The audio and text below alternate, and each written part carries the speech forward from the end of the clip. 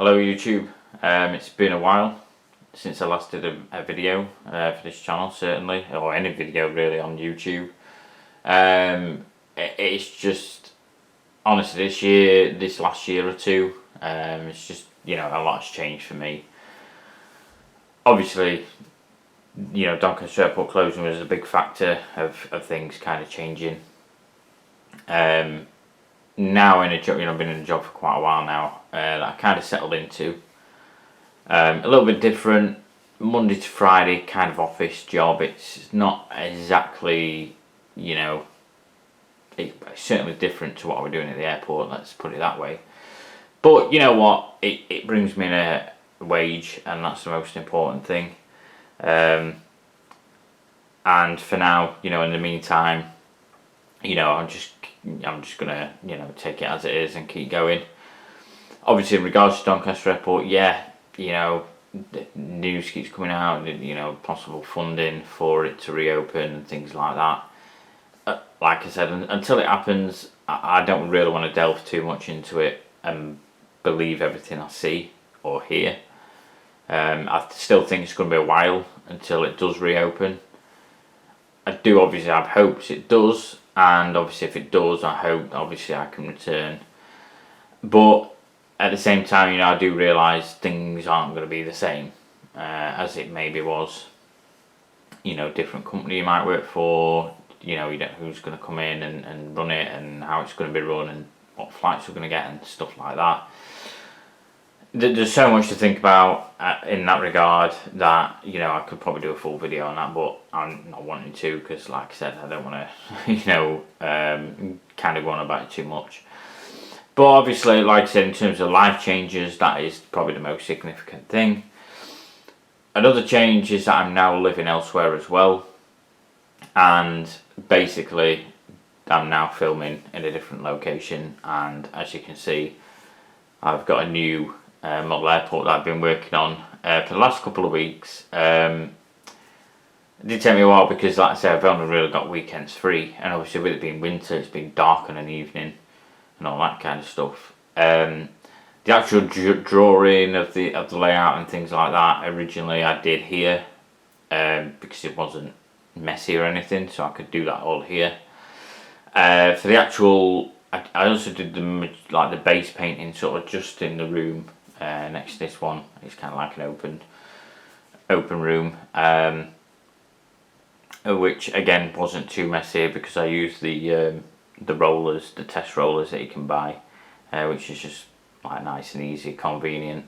And if you make any mistakes as well, you can just go over, use the same colour. You don't need to worry about matching and things like that. So yeah, I've been working on this, and as you can probably tell with the models that are in view, it is a 1/400 scale Australian model airport. It's something I've wanted to do, well, pretty much in the last year or so. And to be honest, I haven't done any model airport content in pretty much that time. I kind of, space got a little bit limited in the room where I used to do model airports at the other house, and then things, I don't know, things changed, and we've just started, to be honest, we've just been playing pool. Obviously my house used to be on the pool snooker table that we had, and we've just been playing that a lot more, to be fair. So we shifted things around. All my airports are just kind of against the walls and everything, just stored away, and then yeah, we've just been doing that, which is fun, you know what I mean? It kind of brings us together as a family, and something to do. It keeps, I'd probably say certainly more in summer as well, it'll be beneficial, because in winter it can be quite cold in that room. But like I say, I'm now kind of elsewhere, kind of residing here, and fortunately for me, I can accommodate for like a small layout like this. So it is kind of like an update, essentially the first update for this airport, which I probably will try and keep on top of doing updates regularly where possible. The influence behind this airport is primarily based off Mackay, which is in Queensland, Australia. the main influence from that really, well, I think I mentioned it before, but the main concept of an Australian-based airport stemmed from the lease aircraft we had in the summer at Doncaster Airport. That was an ex-Virgin Australia. That's what really influenced everything. And then from there, Microsoft Flight Simulator, having the Payware Mackay Airport, I just like the layout. I like the stand layout. I like, the kind of schedules that there are, things like that. It's nice and compact and easy to kind of work with as well. I have tweaked it a little bit in terms of the layout. Obviously, terminal doesn't look anything like Mackay, and I've kind of made it my own in that sense. The layout has been tweaked in certain areas. So if I just kind of go over that a little bit. So originally, the idea was to kind of do an exact replica. Just on left side there, by the way, I've just got like a set of drawers. That's what's it's not building or anything, it's just a set of drawers that are just kind of bordering the edge of the thing, which don't really get in the way, so that's kind of cool. It's got this main taxiway here that kind of leads from the edge of the board, and then off to the left, as you can see, the taxiway kind of branches off and then kind of loops round back on itself almost. That's to accommodate for wide body aircraft. Now, Mackay Airport, you wouldn't see wide body aircraft flying in there, not necessarily. So for this, I wanted to include mostly based on the older stuff like Ansett Australia 767s. I wanted to include them. So I thought, I'm going to have to kind of do a stand to accommodate for them. But I think in a modern era sense, the Australia Post A330 P2F that NG have announced or released, that is, I think it's on its way, if not already. That is also a main influence as well, because I also have the A321, 733, 734 Australia Post or Qantas Freight models as well.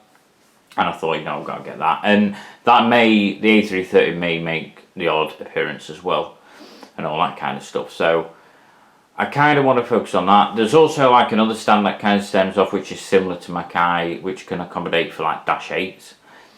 Now that's the biggest downfall for me at the moment, is I don't have any Qantas Link Dash 8s, which is, I won't say it's bugging me, but I really hope, one day I will be able to find one. But if that day comes, it'll probably be on eBay and I'll probably get outbid, or it'll probably sell for a ridiculous amount, things like that.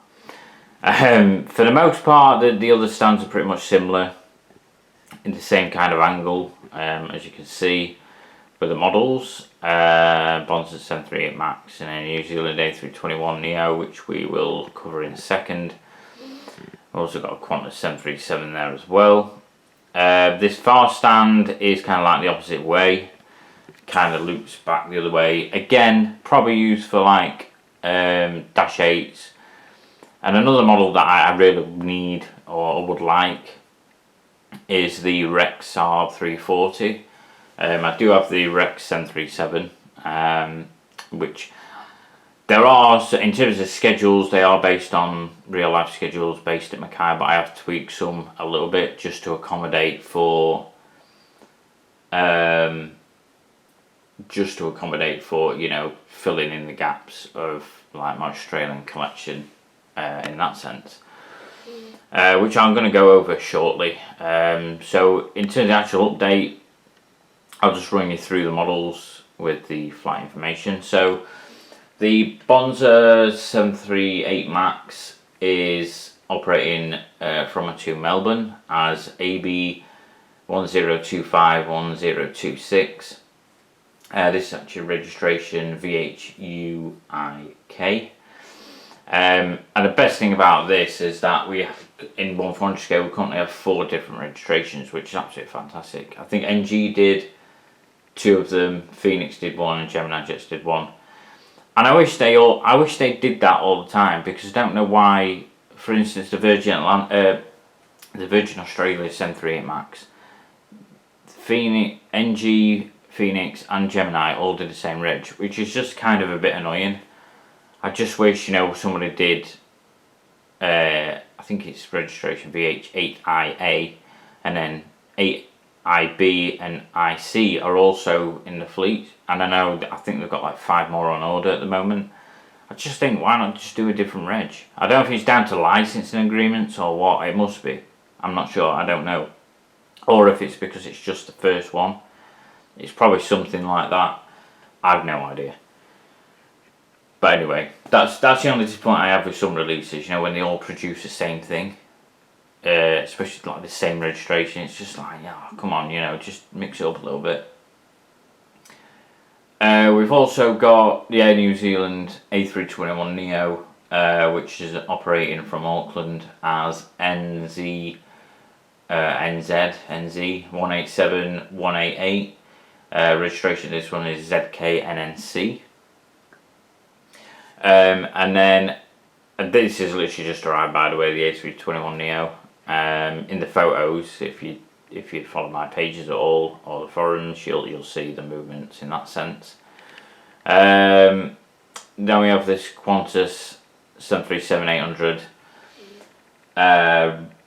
which is actually a pretty new release actually by Phoenix. So I'm quite lucky that they've announced this, to be quite honest, because otherwise I won't really have a Qantas 737 in the modern time. So credit to Phoenix in that sense. And this is registration VHVZW, which is operating from Brisbane, from and to Brisbane. We'll be heading back out there, and that's operating as QF988989. Now, if one thing I will just point out, a lot of the schedules at Mackay are from and to Brisbane.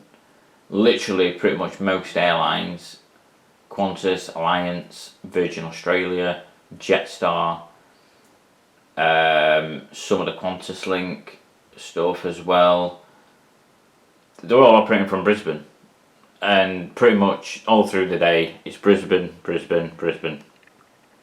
We'll just pan across, just showcase the runway section, a very small section of the runway. I just wanted to include it as like kind of like almost like a prop, if you like.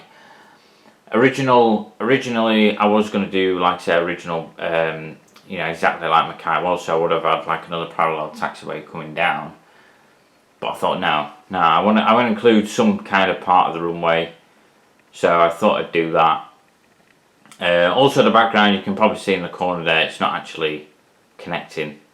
It's just the way the wall is, and for the most part, it doesn't bother me, because when I'm doing the photos, I can kind of cut that out, so it's not too much. Obviously, in the video, I can't really do much about it, but like I say, I've got bits of like shrubbery in the background there in the corner. Lego terminal as well. I just find Lego so easy to use and kind of just convenient. Got a few little bits of sort of shrubbery down there as well in that corner. GSE, you know, I'm using what I can. The only thing I'm missing is probably fuel trucks. Could probably do with some of them, to be fair.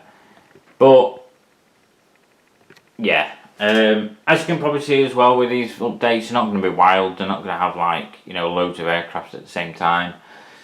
Some of the schedules I will try and group together just to make it look a little bit more kind of appealing. I mean, I kind of just mentioned it as well, but just while you're here, like, obviously I may as well just mention the airlines that will be operating. Like I said, we've got, you know, Alliance Airlines, we've got Bonza, we've got Qantas, Qantas Link, Air New Zealand, Rex, we've got Jetstar. I think that's pretty much it. Qantas Link and Alliance, and also Virgin. In fact, I should word that differently. Alliance Airlines has code shares with both Virgin Australia and Qantas, so some of them will use their kind of call signs, if that makes sense, so like VA and QF. Again, some important models still missing, but yeah, for the most part, you know, I'm fairly happy with what I've got. Pretty much most of the schedules have been filled. I did extract schedules for the Australia Post stuff as well. I think, I can't remember which airport it was where they operate to, but I pulled like a schedule from one of the other airports to include them, because I thought they were quite significant to do. But that is pretty much it for this video. Just a bit of a backstory as to what's been happening. still very much collecting, still very much into model airports, and hopefully you guys appreciate this, and you know, hopefully there'll be more videos to come soon.